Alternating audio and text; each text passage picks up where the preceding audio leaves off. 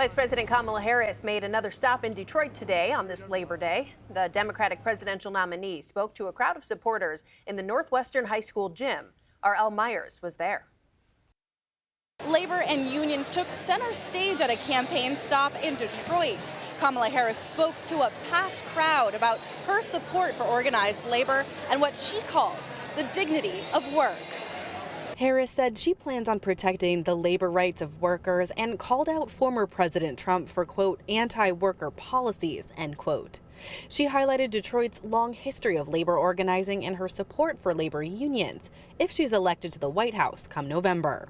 For generations in Detroit and across our nation, the brothers and sisters of labor have stood together to righteously demand fair pay, better benefits, and safe working conditions. And let me say, every person in our nation has benefited from that work.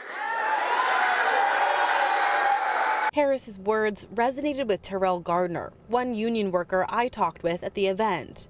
He tells me he was pleased with her work alongside Biden to improve workers' rights. There were a multitude of good policies that were signed and put into place. For instance, the infrastructure. Those are all going to be good paying union living wage jobs. If a living wage is important to you, then this is definitely the ticket that you want to support.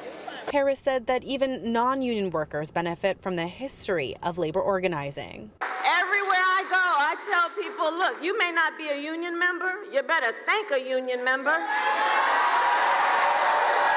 the 5-day work week. You better thank a union member for sick leave. You better thank a union member for paid leave. You better thank a union member for vacation time. Harris is now headed to Pennsylvania for another campaign stop. For now, reporting in Detroit, I'm Elle Myers, CBS News Detroit.